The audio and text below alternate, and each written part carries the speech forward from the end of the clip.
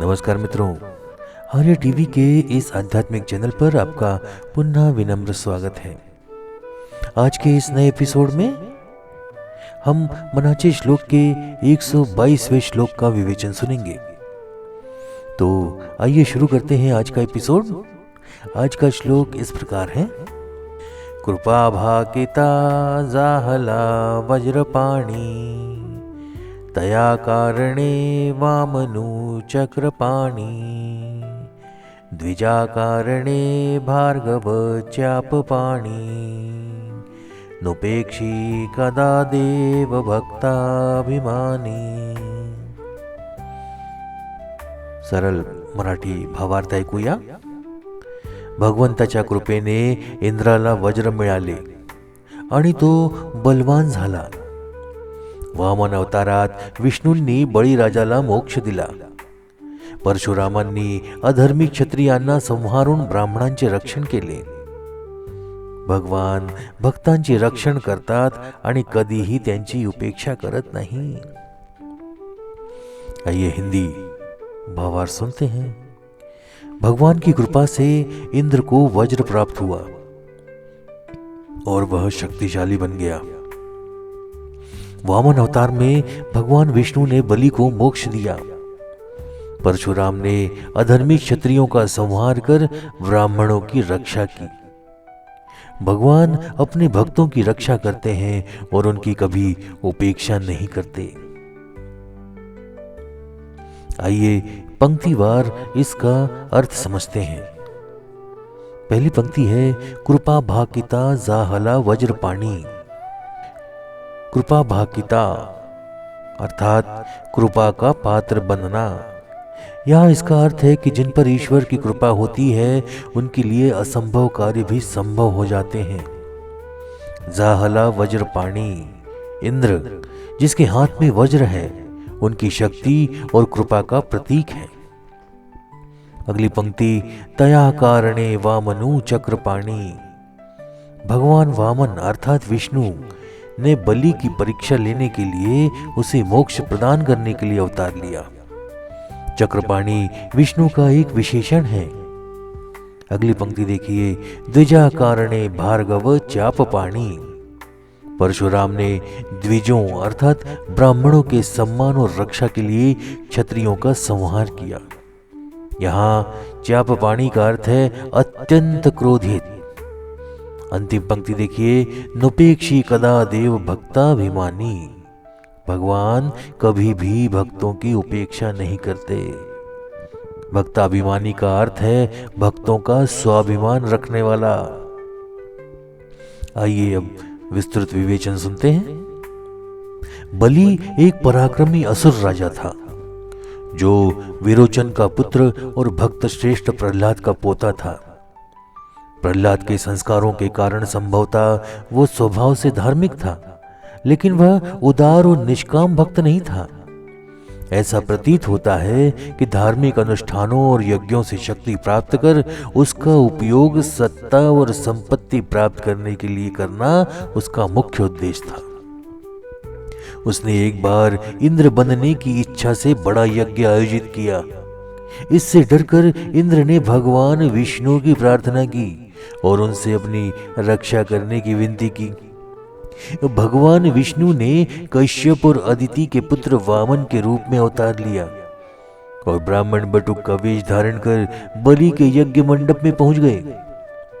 बलि ने उनका स्वागत किया और उनसे दान मांगने को कहा। तेजस्वी ब्रह्मचारी ने बलि से केवल 3 पग भूमि दान मांगी। बलि को यह हास्यास्पद लगा, लेकिन बटुक के आग्रह पर उनने 3 पग भूमि देने का वचन दे दिया। शुक्राचार्य ने इसमें छिपे खतरे को भाप कर रोकने की कोशिश भी की, लेकिन वे असफल रहे।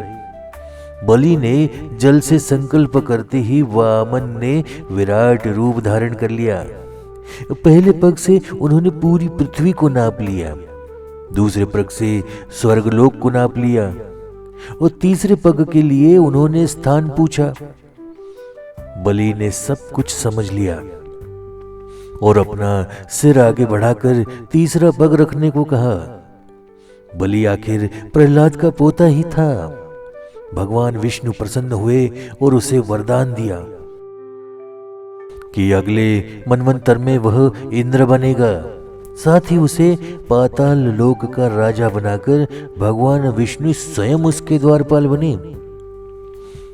यह घटना यह दिखाती है कि ईश्वर ने इंद्र की रक्षा भी की और बलि का कल्याण भी सुनिश्चित किया। भगवान किसी भी स्तर से भक्त की उपेक्षा नहीं करते, चाहे भक्त संकट में हो या स्वार्थ से प्रेरित। भक्ति भाव हमेशा श्रेष्ठ ही माना गया है। क्षत्रिय शासकों ने सत्ता और संपत्ति के मद में ब्राह्मणों, विशेषकर शांत और तपस्वी ब्राह्मणों पर अत्याचार किए। इन अत्याचारों का अंत करने के लिए भगवान विष्णु ने जमदग्नि के पुत्र परशुराम के रूप में अवतार लिया। उन्होंने मदान्ध क्षत्रियों का संहार किया। दुर्भाग्य से परशुराम कथा का आजकल बहुत विकृतीकरण हुआ है। कुछ लोगों ने इसे ब्राह्मण बनाम क्षत्रिय संघर्ष के रूप में प्रस्तुत किया, तो कुछ ने इसे परशुराम की अंधी और हिंसक प्रतिशोध की भावना बताया। ये दोनों दृष्टिकोण अनुचित और अतिशयोक्तिपूर्ण हैं। यदि परशुराम के कार्यों के पीछे जातीय अहंकार होता तो परंपरा में राम द्वारा परशुराम के पराभव का सम्मानजनक उल्लेख न होता। संत तुलसीदास ने रामचरितमानस में इस प्रसंग को बहुत रसपूर्ण ढंग से प्रस्तुत किया है। अतः परशुराम को मात्र प्रतिशोध का प्रतीक मानना विवेकहीनता है। अन्याय का सामना पूरी शक्ति से करना चाहिए। इस दृष्टि से परशुराम का आचरण उचित था।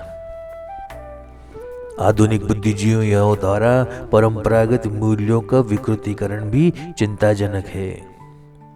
प्राचीन घटनाओं का उद्देश्यपूर्ण विकृतीकरण प्रगति नहीं, विनाश है। राष्ट्रीय भावना से प्रेरित समाज कल्याण की चिंता रखने वाले समर्थ जैसे महापुरुषों की दृष्टि से देखें तो परशुराम एक आदर्श आदरणीय व्यक्तित्व है।